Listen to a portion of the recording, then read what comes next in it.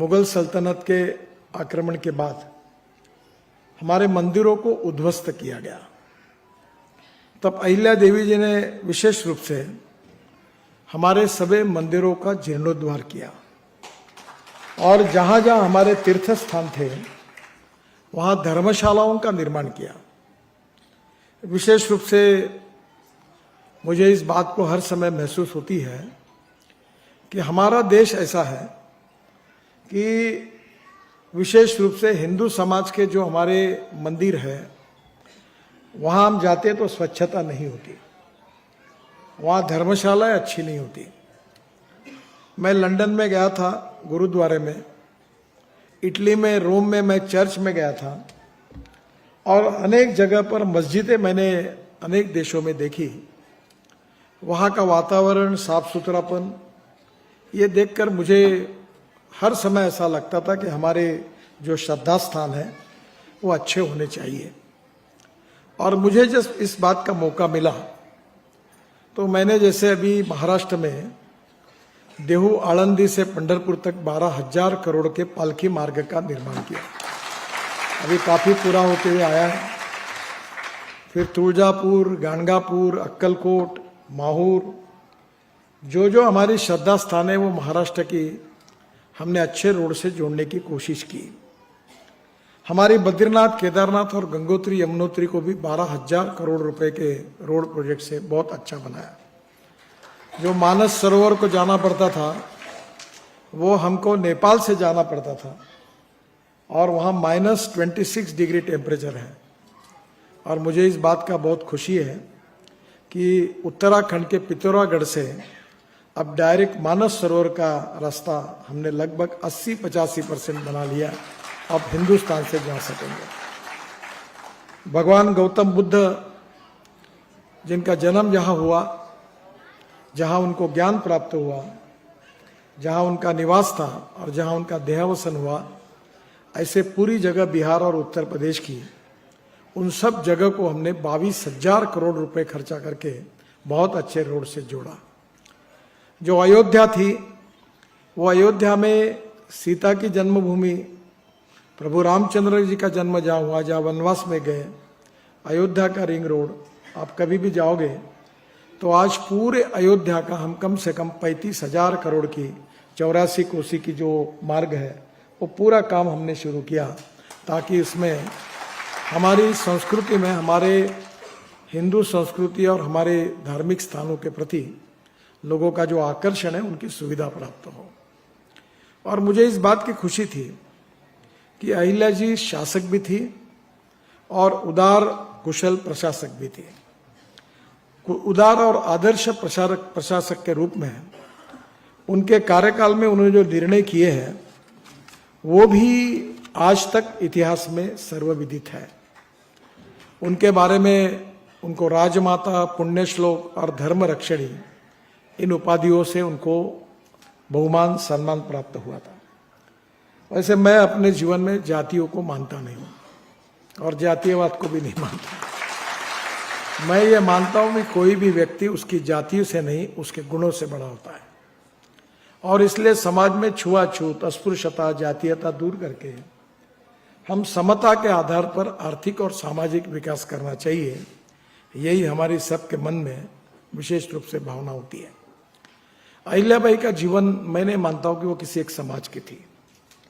वो भारतीय संस्कृति, इतिहास और विरासत की प्रतीक थी, संस्कृति रक्षक थी। और सबसे बड़ी बात थी कि सेवा कार्य करने में उन्होंने विशेष रूप से अपने को समर्पित भाव से समर्पित किया था। महिलाओं में उस समय शिक्षा लोकप्रिय नहीं थी। महिलाओं का सशक्तिकरण होकर महिलाओं ने समाज में मान और सम्मान के साथ कैसे खड़े होना चाहिए, इस बात के लिए उन्होंने अपने जीवन को विशेष रूप से उन्होंने समर्पित किया था। और महिलाओं में शिक्षा बहुत लोकप्रिय जब नहीं थी, तब उन्होंने उनकी प्रतिभा से प्रभावित होकर अनेक पालकों को, अहिल्या देवी जी ने उन महिलाओं को, युवतियों को पढ़ाने का भी काम किया। विशेष रूप से अभी इंदौर में अहिल्याबाई का बहुत बड़ा पुतला खड़ा किया गया और मेरे हाथ से उसका उद्घाटन होने का तय हुआ था। और मैं उस दिन कुछ कारणवश मुझे जाने में अड़चन आई, तो वीडियो कॉन्फ्रेंस से मैंने उसका उद्घाटन किया। हजारों लाखों लोग उस कार्यक्रम में शरीक थे।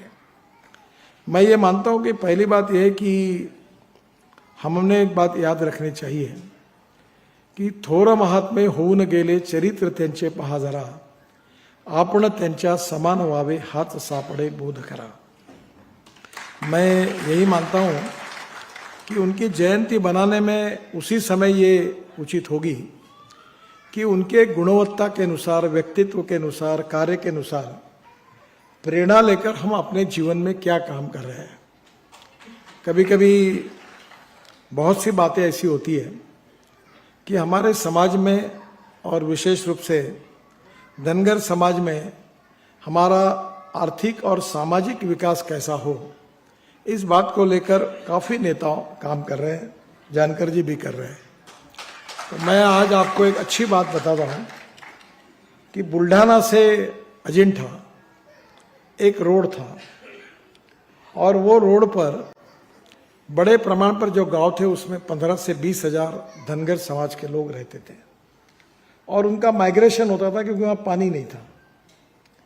मैं पानी में काम करता हूँ, दौड़ने वाले पानी को चलने के लिए लगाओ, चलने वाले पानी को रुकने के लिए लगाओ और रुके हुए पानी को जमीन को पीने के लिए लगाओ। गांव का पानी गांव में, खेत का पानी खेत में, घर का पानी घर में। तो मुझे बहुत मौका मिला और मुझे इस बात की खुशी भी है कि मुझे अभी 6 डिलीट मिली और जो 6 डिलीट मिली वो संभाजी नगर के बाबा साहेब अम्बेडकर यूनिवर्सिटी ने, महात्मा ज्योतिबा फुले राहुरी यूनिवर्सिटी ने, पंजाबराव कृषि विद्यापीठ अकोला और नांदेड़ में दयानंद आर्य विद्यापीठ ने और यहाँ गलगोटिया यूनिवर्सिटी और एक एसबीएम करके तमिलनाडु यूनिवर्सिटी ने 6 डिलीट दी। मैं तो उतना विद्वान नहीं हूँ, पर ये डिलीट में 4 डिलीट जो मिली थी वो वाटर कंजर्वेशन और एग्रीकल्चर साइंस के लिए मिली थी। मैं आपको बताना चाहता हूँ कि उस रोड पर हमने तालाब बनाए, उस रोड पर जो नदी नाले थे उनका खोलीकरण किया और वो मटेरियल निकाल के रोड में उपयोग में लाया और वहाँ करीब 3,500 कुओं का पानी बढ़ा।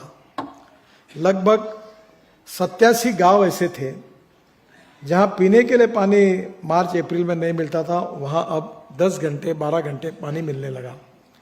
जानवरों को पानी मिलने लगा, खेती में सिंचाई हुई और ये जो 15,000 अपने भेड़ बेकरी को लेकर धनगर समाज के लोग माइग्रेट होते थे, वो छोड़कर जाते थे, वो अब छोड़कर जाना बंद हुआ और आज वो अच्छी तरह से जीवन जी रहे हैं। मुझे ऐसा लगता है कि हमारे जीवन के विकास में